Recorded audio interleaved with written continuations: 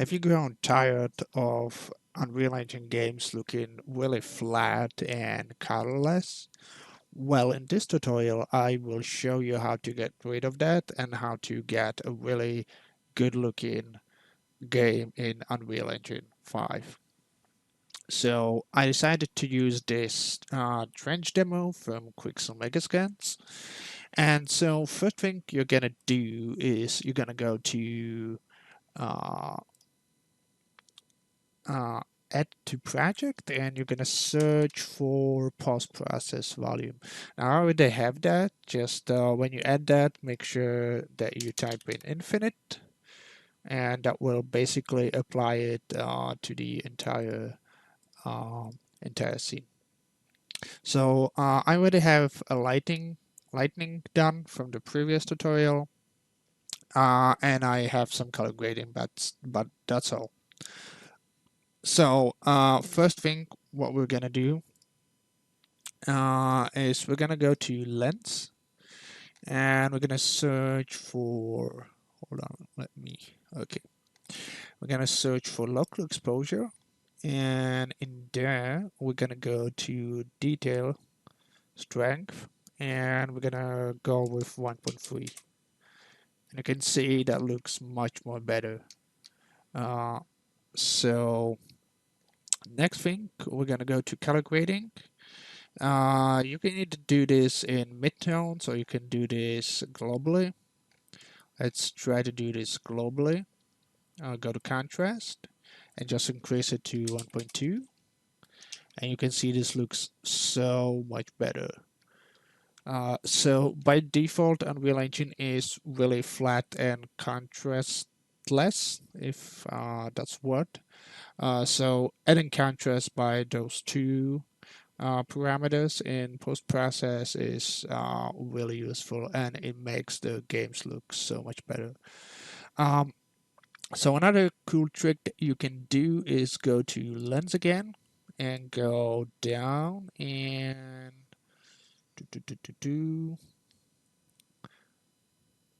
I think it's in lens, but I don't want to. Oh, wait, over here. Search for image effects and sharpen. And I always use sharpen, and I always use 2, which just look at the image. Like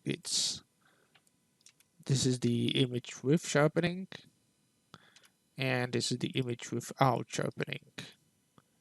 So because you're using because Unreal Engine uses temporal anti-aliasing or TSR, uh, and relies on it heavily for ray tracing, it's always better to use sharpening because you're gonna last a lot of edge details when you're using TAA, so that always makes the image look better. So we have contrast, we have sharpening. Next thing we're gonna handle ambient occlusion. Now the default lumen ambient occlusion, it's great in a way because it's ray traced, but the default setting for it is not really good, and it's barely visible, and I don't think it really looks good. And the problem is that no, uh, there are no console commands to control the effect, and the effect is not really set up in a good way. So what I would recommend is just to use screen space ambient occlusion. And we can do that by going, I'm gonna use the CVAs from this video. I will put them in the description, but I just don't remember them. So the first one will disable lumen AO. You can see, and the next one will enable the screen space. Now, what you want to do is go to rendering, I think. Yeah, go to ambient occlusion, enable radius and intensity. I usually set it to 1, and then I go to buffer visualization, ambient occlusion, and here you can see the AO. So then what you want to do is just adjust the radius, and I think this looks pretty nice. And there you go. So it looks so much better with the screen space ambient occlusion that you can actually set up yourself. So that also helps you to get rid of that flat look in Unreal Engine.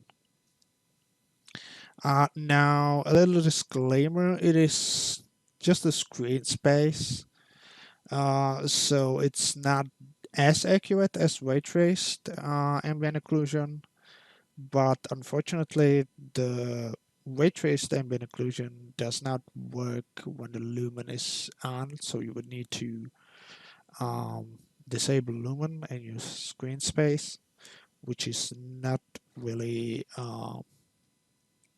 that good. I may want to, if someone would be interested, I may want to start working on GDAO, which is like a turbocharged SSAO, developed by Activision Blizzard, and it looks so much better. So if someone would want a different ambient occlusion inside Unreal Engine, just let me know, and if there would be interest, I might start developing it. So back to the tutorial, we do have AO. One thing that you can do is use different different anti-aliasing. Now this is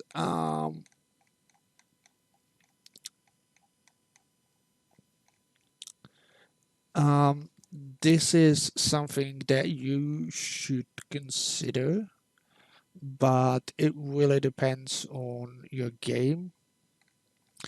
So what I mean by that, as I said already, the um, Lumen and Unreal Engine itself and the ray tracing relies heavily on temporal anti-aliasing. So if you take that away, you will get really um, noisy, noisy stuff. Usually it is from shadows, but sometimes from reflections as well. Diffuse GI is usually okay, but you shouldn't definitely use ray traced shadows. Um, you also can use megalites because that relies on ray traced shadows, and you shouldn't use virtual shadow maps because that also creates noise. I think I might already have. Okay, so this is actually SMAA. Um, so this is the TAA. This is probably the best look when compared to TSR. That's much better, much worse. FXAA, don't bother with that. That's just not really good. But SMAA is really good. It makes the scene much more sharper. So this is SMAA. The reflections here are fine, but I'm trying to, like, obviously you have a little bit of jaggies over here.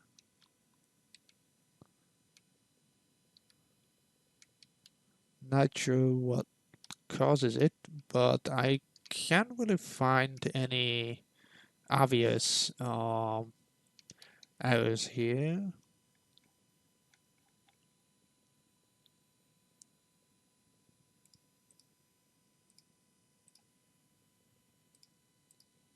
Maybe because this is a daytime scene. Anyways, you would there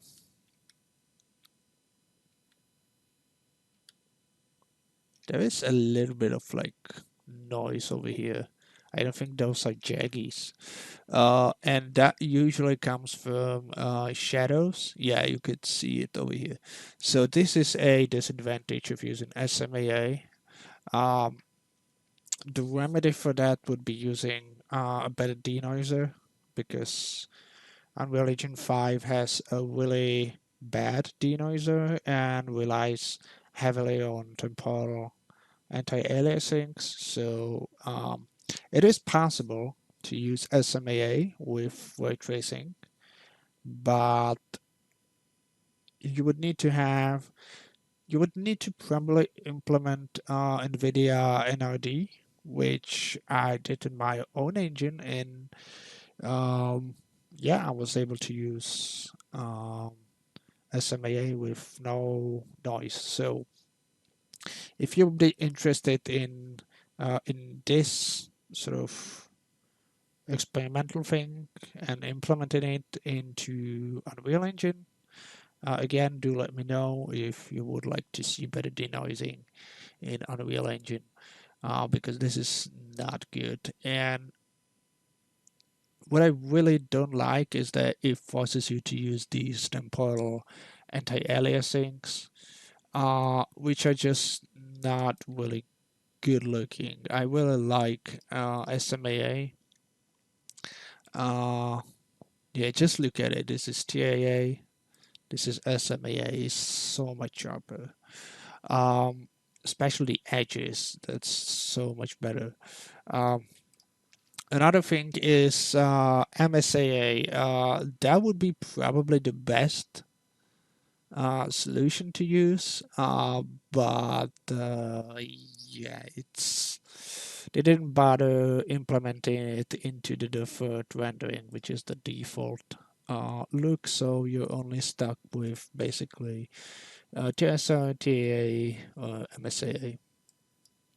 So I recommend at least considering MSAA and maybe uh, getting rid of ray traced um, shadows and virtual shadow maps, and just having a better visual quality of your game. At least you would get rid of that smudged edges. So do consider using SMAA as well. Okay, so back to the tutorial itself. One last thing that you can use to get rid of that flat look in Unreal Engine is just use a uh, different tone mapper. So by default, Unreal Engine uses ASYS tone mapper, which flattens a lot of the colors. Now, what you can do is go to this link. I will put that in the description. It is done by Dallas Drupal. I'm sorry for butchering your name, but his and his studio are really amazing, and they did AGX Stone Mapper, which is so much better and really shows those colors in a more pronounced ways. And I highly recommend taking a look at this. It is free, so you just download this download this shader file. I guess you need to remove the 5.7, and you have several options here, three options. So ACES, that's the default tone mapper. You have the AGX, which is used by default. By the way, you can edit this to switch it. Then you have Reinhardt and linear, which is basically no tone mapping. So I highly recommend using the AGX tone mapper. It's really simple to use. You just copy that to the engine folder, and you will get much more better colors. So that's it for this video. If you like this video, if you enjoyed this video or this tutorial was useful to you, leave a like. If you have any questions, leave a comment below. I will be happy to answer it. And if you're interested, you can support my studio on Patreon from €5 a month. We are working on a psychological horror game called Acolita, which is made in Unreal Engine 5. But we are also working on our own engine, which is in DirectX 12. It uses ray traced global illumination. So far, it's per pixel. It uses AGX tone mapper, and it has the ability to use SMAA with no problems or no noise. So if you like that, you can consider subscribing on Patreon. I will leave a link in the description box below, and see you in the next video.